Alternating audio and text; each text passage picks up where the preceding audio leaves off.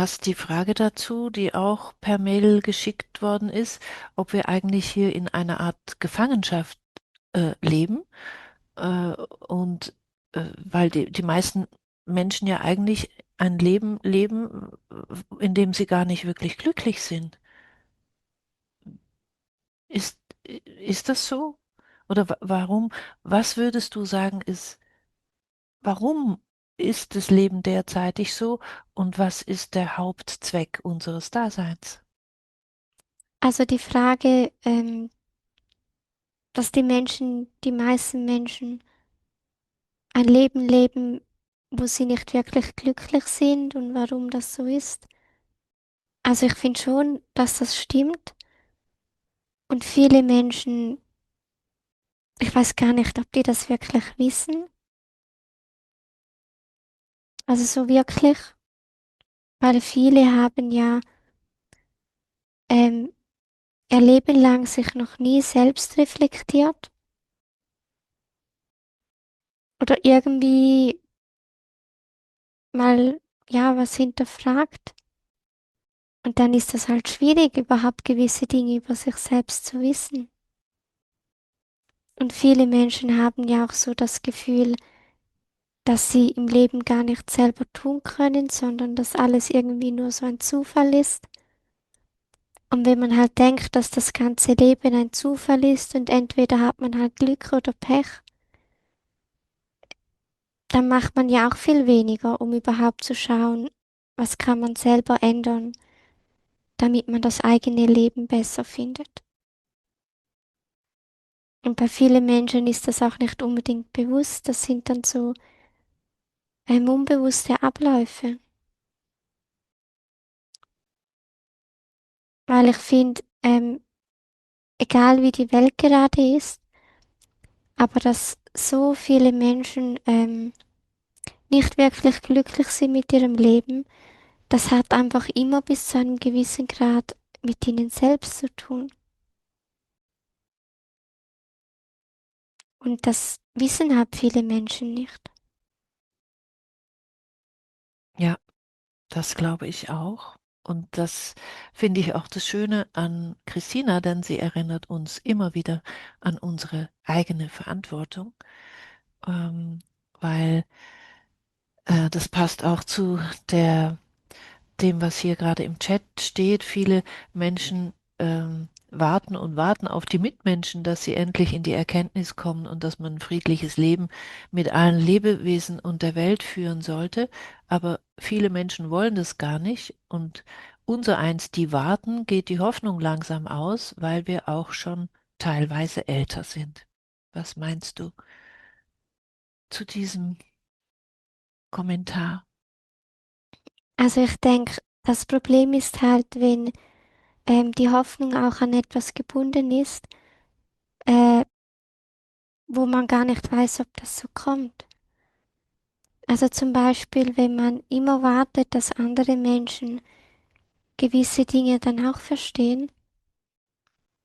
Wir wissen ja gar nicht, ob diese Menschen in diesem Leben das irgendwann verstehen werden. Das wissen wir einfach nicht.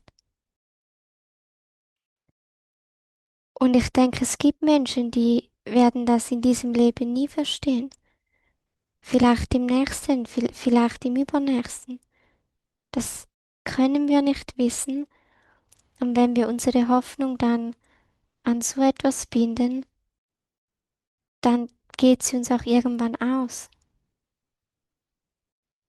Und dann sind wir ja mit unserer Aufmerksamkeit immer im Außen, weil wir immer im Außen sind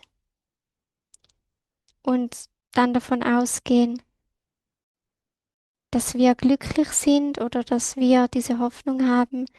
Das hängt dann davon ab, ob diese Menschen auch das erkennen oder nicht. Und ich denke, das ist gut, wenn wir das irgendwo auch wieder zu uns zurückholen, damit diese Gefühle nicht vollständig davon abhängig sind, ob diese Menschen das tun oder nicht. Weil wir können das nicht wissen. Und wir haben da ja auch keine Kontrolle darüber. Und man kann ja schon mit einzelnen Menschen reden, aber ob sie das verstehen, weiß man ja nicht. Und dass man so diese Hoffnung, dass es besser wird, dass man die gar nicht an einzelne Menschen bindet, sondern einfach an diesen großen Prozess, wo die ganze Welt drin ist. Weil dass der sich bewegt, das sieht man. Aber sobald man das an einzelne Menschen tut, es kann funktionieren oder nicht. Und natürlich ist das für uns im Einzelnen, kann das wirklich doof sein.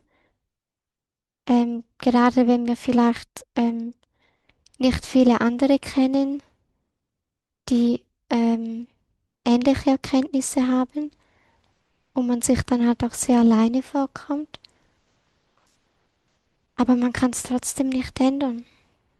Wir können ja andere Menschen nicht ändern.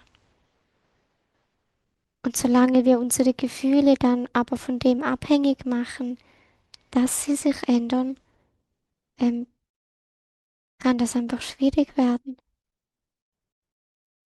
Ja, danke, Christina. Das habe ich von dem Aspekt her, von der Seite her noch gar nie so angeschaut. Aber das ist, finde ich, einen ganz, ganz Mhm. wichtigen Hinweis. Vielen, vielen Dank. Ähm, hier eine andere Frage.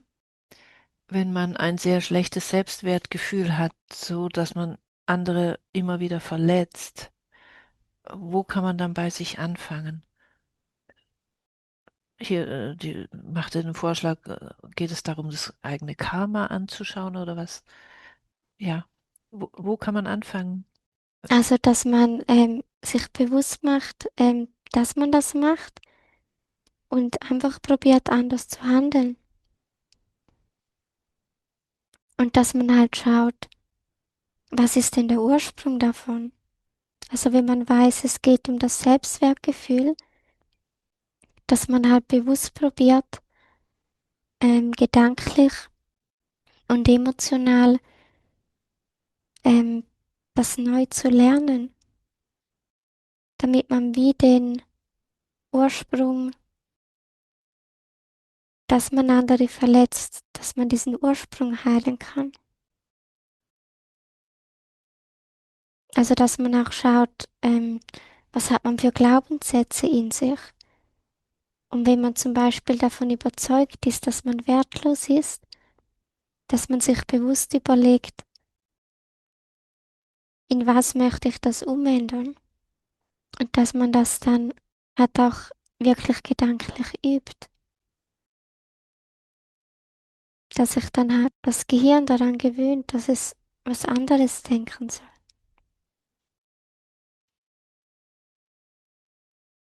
Ja, danke. Du hast auch mal gesagt, dass es vielleicht auch wichtig ist, dass man sich eine Prioritätenliste macht. Denn das, was ganz oben auf der Prioritätenliste ist, dem gibt man dann automatisch auch mehr Gewicht und mehr Aufmerksamkeit. Also wenn man etwas ändern möchte in sich oder so, dass man sagt, okay, das tue ich jetzt mal ganz oben auf meine Mhm. Mhm. Prioritätenliste oder so. Ja, Mhm. Ja, danke. Hier im Chat ist eine Frage. Gibt es die Schwingungserhöhungssymptome, von denen oft gesprochen wird, wie Schwindel, Kopfschmerzen und so? Gibt es solche Symptome oder ist es irgendwie eine Erfindung? also ich kann mir schon vorstellen, dass es solche Symptome gibt, weil der Körper hat ja eine Schwingung und die Erde zum Beispiel hat eine Schwingung. Und und es kommen ja auch höhere Schwingungen auf die Erde. Und das kann es sicher geben, dass wenn der Körper sich wie nicht so an das anpassen kann, dass dann da Symptome entstehen. Aber ich glaube jetzt nicht, dass Schwindel oder Kopfschmerzen, dass das immer mit dem zu tun hat. Also es gibt sicher Leute, die das haben und das hat andere Ursachen. Man kann halt nicht alles einfach immer nur mit einem verbinden. Nein, ich glaube, das war auch nicht die Frage, sondern die Frage war es, kann die Schwingungserhöhung überhaupt solche Symptome hervorrufen? Mhm. Mhm. Weil du machst ja auch Gruppenbehandlung, also ich glaube, die übernächste ist nochmal Anpassung an die höhere Schwingung. Stimmt das? Mhm. Nein, das ist die im März. Es ist nicht die übernächste. Ist ja egal, aber bald gibt es nochmal, das hast du schon mal gemacht. Und da geht es ja auch drum, dass sich das ganze System, aus dem wir, äh, also unser Energiekörper und auch, aber auch unser physischer Körper, ähm, besser an die erhöhte Schwingung der Erde anpassen? Oder welche Schwingungserhöhung meinst du damit? Allgemein, also die Schwingungen, die von außen auf die Erde kommen und die Schwingung, die halt einfach von der Erde herkommt.